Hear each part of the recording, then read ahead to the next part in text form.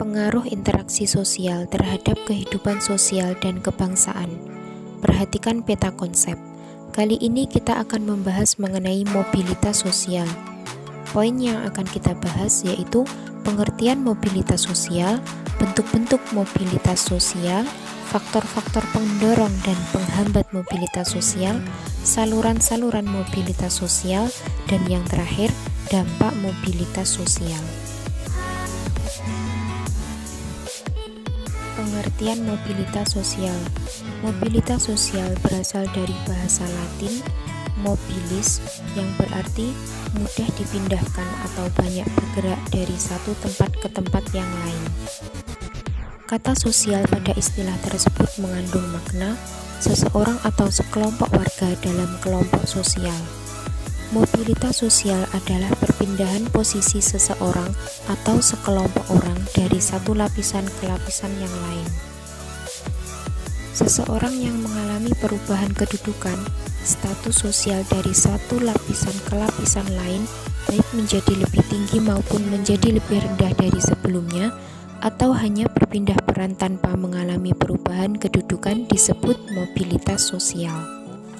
Beberapa contoh lain mobilitas sosial di dalam masyarakat kita misalnya, seorang pensiunan pegawai rendahan beralih pekerjaan menjadi seorang pengusaha dan berhasil dengan gemilang.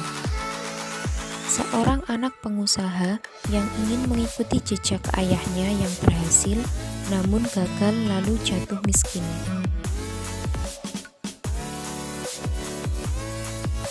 Dalam mobilitas sosial, selain terjadi perubahan dari strata bawah ke strata atas, juga terjadi perubahan dari strata atas ke strata bawah.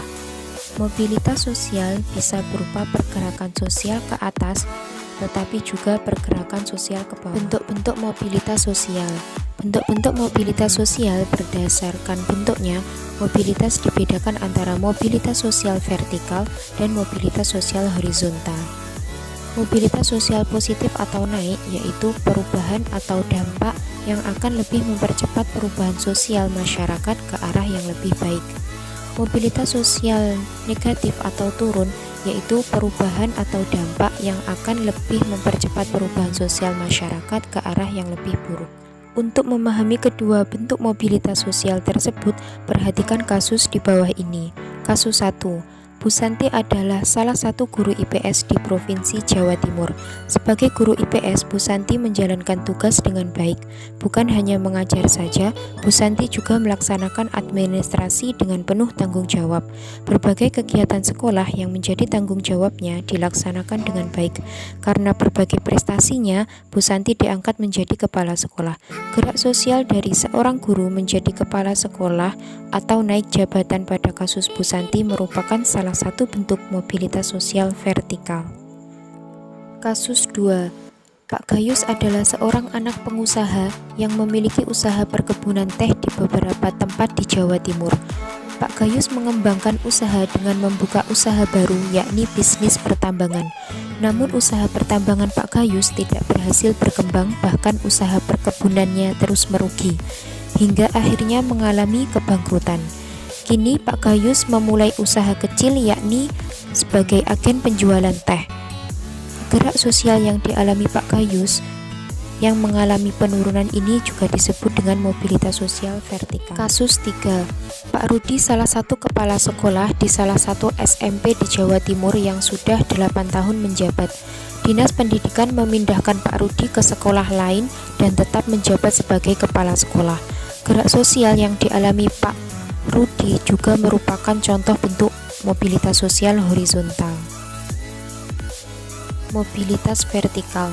Mobilitas sosial vertikal adalah perpindahan seseorang atau kelompok dari suatu kedudukan sosial ke kedudukan sosial yang lain yang tidak sederajat, baik pindah ke tingkat yang lebih tinggi atau social climbing maupun turun ke tingkat yang lebih rendah atau social sinking. Mobilitas vertikal ke atas atau social climbing adalah mobilitas yang terjadi karena adanya peningkatan status atau kedudukan seseorang atau naiknya orang-orang berstatus sosial rendah ke status sosial yang lebih tinggi. Mobilitas vertikal ke bawah atau social sinking merupakan proses penurunan status atau kedudukan seseorang Proses social thinking seringkali menimbulkan gejolak kejiwaan bagi seseorang karena ada perubahan pada hak dan kewajibannya. Mobilitas horizontal. Mobilitas sosial horizontal adalah perpindahan status sosial seseorang atau sekelompok orang dalam lapisan sosial yang sama. Mobilitas horizontal merupakan peralihan individu atau objek-objek sosial lainnya dari suatu kelompok ke kelompok sosial yang lainnya yang sederajat. Pada mobilitas sosial horizontal tidak terjadi perubahan dalam derajat kedudukan seseorang. Faktor-faktor pendorong dan penghambat mobilitas sosial. Faktor pendorong. Yang pertama, faktor struktural. Struktur masyarakat Indonesia sangat terbuka. Orang miskin dapat mengalami mobilitas sosial setinggi-tingginya, bahkan menjadi presiden. 2. Faktor individu. Sikap dan perilaku individu mempengaruhi peluang mereka mengalami mobilitas sosial ke atas. 3. Faktor sosial. Ketidakpuasan akan status sosial mendorong manusia untuk terus berjuang segigih-gigihnya. 4. Faktor ekonomi. Keadaan ekonomi yang baik memudahkan individu dan kelompok melakukan mobilitas sosial. 4. Faktor politik. Stabilitas politik yang baik jelas mempengaruhi mobilitas sosial warga negara. 6. Faktor pendidikan. Jika pendidikan berkualitas, mudah didapat, tentu mudah juga bagi orang untuk melakukan pergerakan atau mobilitas dengan berbekal ilmu yang diperolehnya. Faktor penghambat mobilitas sosial. Yang pertama, kemiskinan. Faktor ekonomi dapat membatasi mobilitas sosial. Bagi masyarakat miskin, mencapai status sosial tertentu merupakan hal yang sangat sulit. 2. Diskriminasi. Diskriminasi berarti pembedaan perlakuan karena alasan perbedaan bangsa, suku, ras, agama, golongan. Hal ini tentu mempersulit mobilitas sosial rakyat Indonesia. Saluran mobilitas sosial. 1. Pendidikan. Pendidikan merupakan saluran bagi mobilitas vertikal yang sering digunakan karena melalui pendidikan orang dapat mengubah statusnya. 2. Organisasi politik. Organisasi politik merupakan saluran yang dapat digunakan seseorang meniti perjuangan karir dari tingkat rendah sampai tingkat tinggi. 3. Organisasi ekonomi. Organisasi yang bergerak dalam bidang perusahaan atau jasa umumnya memberikan kesempatan seluas-luasnya bagi seseorang untuk mencapai mobilitas vertikal. 4. Organisasi profesi. Organisasi profesi merupakan himpunan orang-orang yang memiliki profesi yang sama sehingga mereka akan lebih kompak dan kuat memperjuangkan profesinya. Dampak mobilitas sosial. Dampak positif mobilitas sosial yang pertama, mendorong seseorang lebih maju. Terbukanya kesempatan untuk pindah dari strata satu ke strata yang lain menimbulkan motivasi yang tinggi dari dalam diri seseorang untuk maju di berbagai bidang. Kalian dapat membedakan kondisi Indonesia sebelum dan sesudah kemerdekaan. Pada masa penjajahan banyak rakyat kecil yang tidak memiliki cita-cita untuk menjadi camat, bupati, atau gubernur. Hal ini karena tidak adanya kesempatan. Bagaimana dengan sekarang? Banyak rakyat kecil berhasil menjadi pemimpin di berbagai bidang. 2. Mempercepat perubahan sosial. Mobilitas sosial dapat mempercepat perubahan sosial masyarakat ke arah yang lebih baik. Contoh, Indonesia sedang mengalami perubahan dari masyarakat agraris ke masyarakat industri. Perubahan ini akan mudah terjadi jika didukung dengan sumber daya manusia yang berkualitas.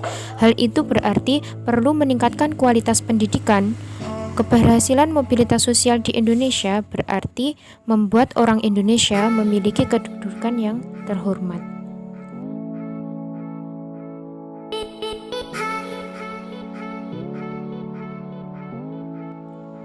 3. Meningkatkan integrasi sosial. Terjadinya mobilitas sosial di masyarakat dapat meningkatkan integrasi sosial. Contohnya, ia akan menyesuaikan diri dengan gaya hidup, nilai-nilai, dan norma-norma yang dianut sekelompok orang dengan status sosial yang baru, sehingga tercipta integrasi sosial. Perubahan sosial yang terjadi dalam suatu masyarakat akan mendapat respon berbeda dari masyarakat lain. Respon tersebut dapat berupa tantangan atau penerimaan. Penerimaan pengaruh yang diakibatkan mobilitas sosial dapat menciptakan integrasi sosial dalam masyarakat. Dampak negatif mobilitas sosial. 1. Terjadinya konflik. Mobilitas sosial merupakan salah satu perjuangan manusia dan kelompok sosial untuk mencapai posisi sosial yang semakin tinggi. Dalam hal ini, sangat wajar kalau kemudian timbul persaingan yang kerap juga memicu konflik. 2. Gangguan psikologis. Seseorang yang memiliki jabatan kadang khawatir kehilangan jabatan. Bahkan pada saat jabatan yang dimiliki sudah lepas, kadang ia tidak rela melepaskan jabatan tersebut.